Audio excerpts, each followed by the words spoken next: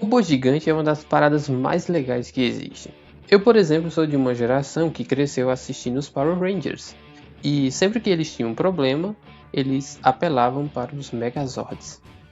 Os Tokusatsu é esse gênero de ficção científica japonesa que trazia esses personagens estilo Jiraiya, que sempre no final do episódio ia para uma pedreira e invocava uma criatura gigante. Eles summonavam uma criatura, entravam para dentro dela e controlavam ela para lutar contra um outro bicho gigante muito massa. E os Tokusatsu fizeram e ainda fazem bastante sucesso. E nesse gênero de robôs gigantes aparecendo em séries japonesas, surpreendentemente, um dos primeiros personagens que teve o seu robô, eu tenderia a dizer que foi o primeiro, mas eu não tenho certeza, foi o Homem-Aranha, o Spider-Man.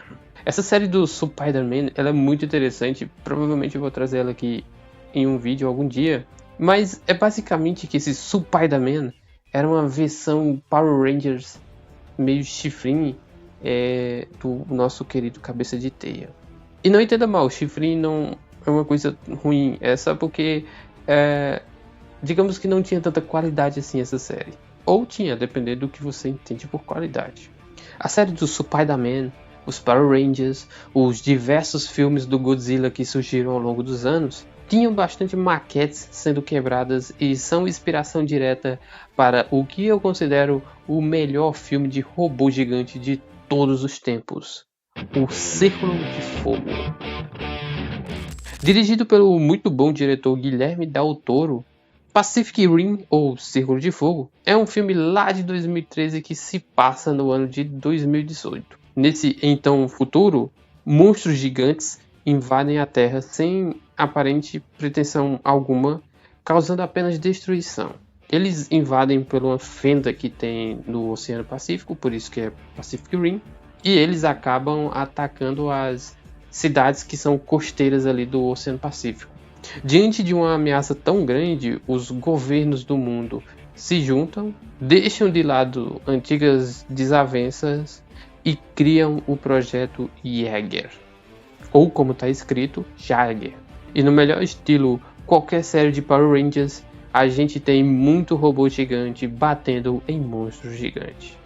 Quem já viu aí na internet vídeos sobre exoesqueletos, ou então aquelas armaduras tipo a do Homem de Ferro, deve imaginar que você mover um negócio de metal pesado deve gastar muita energia e obviamente um ser humano não conseguiria se mover com tanta facilidade. E esse é um ponto que Círculo de Fogo acerta muito, porque por trás daqueles robôs gigantes a gente tem os pilotos, e são pilotos no plural, tem que ter mais de um.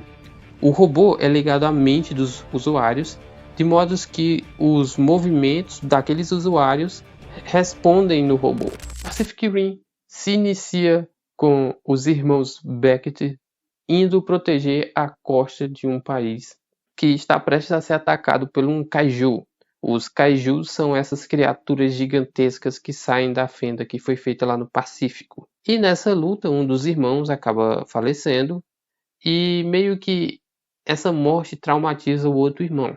E é interessante como o filme mostra que no início, quando os Jägers começaram a lutar contra os kaijus e foram tendo vitórias, toda a opinião era a favor da iniciativa Jäger.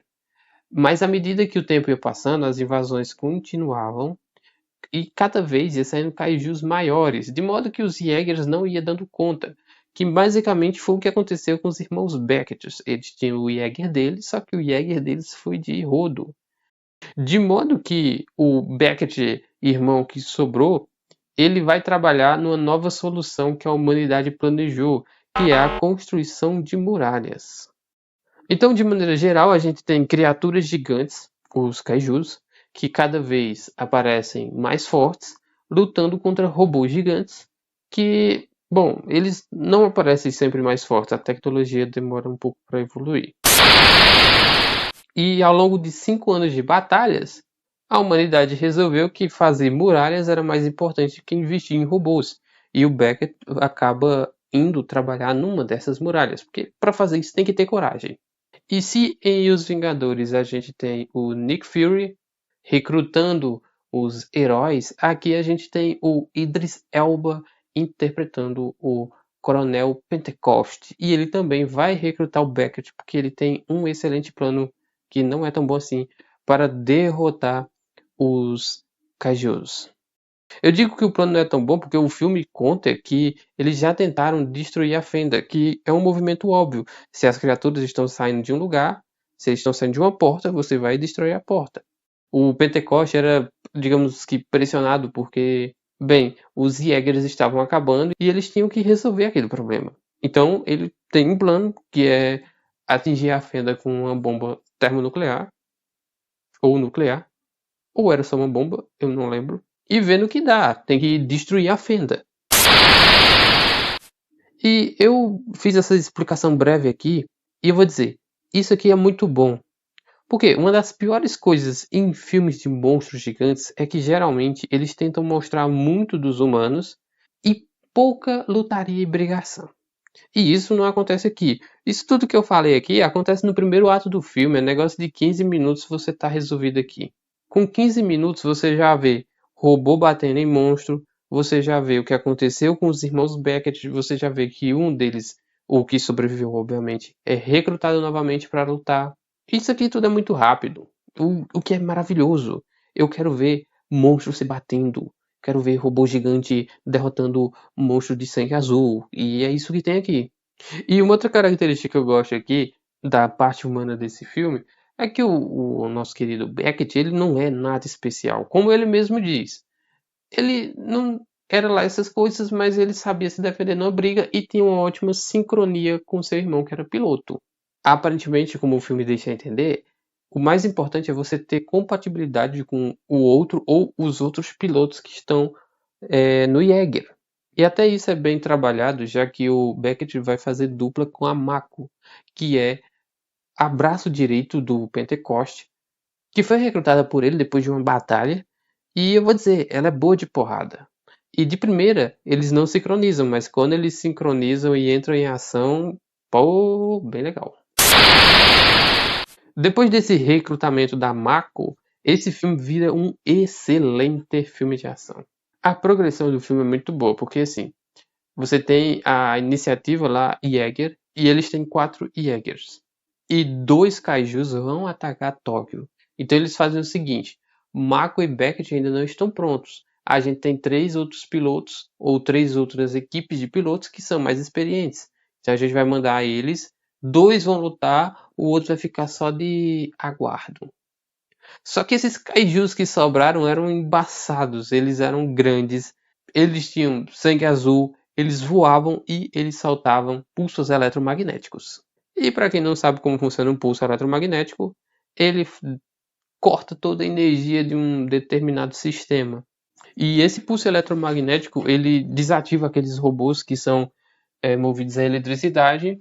E coincidentemente ou não, o único robô analógico que tinha era o Gypsy, que é o robô do Beckett e da Mako. E eu vou dizer, essa batalha da dupla Mako e Beckett versus 2 kaijus funciona tudo muito bem. A fotografia é bonita, as cenas são bonitas, o CGI é muito bom. Quando você vê os bichos trocando soco, dá pra sentir o impacto dos golpes. Além de tudo isso, essa cena de luta termina com um robô caindo do céu num estádio de futebol depois de ter espancado 2 kaijus. E eu nem tô falando do fato que o robô gigante pega um navio pra bater num kaiju. Cara, isso é muito massa. Você imagina uma coisa mais massa do que isso?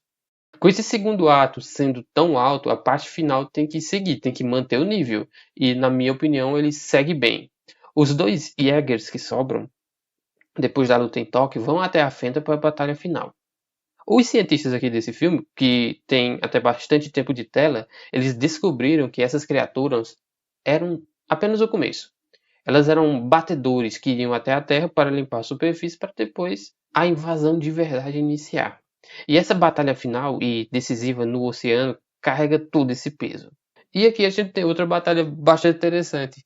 A gente tem Jäger cortando cabeça de kaiju, depois sai arrastando usando uma espada como muleta e usa o kaiju como chave para abrir a fenda, porque foi a descoberta dos cientistas que você só atravessava a fenda com sangue de kaiju. Tem a explosão de uma bomba no oceano, que o oceano limpa.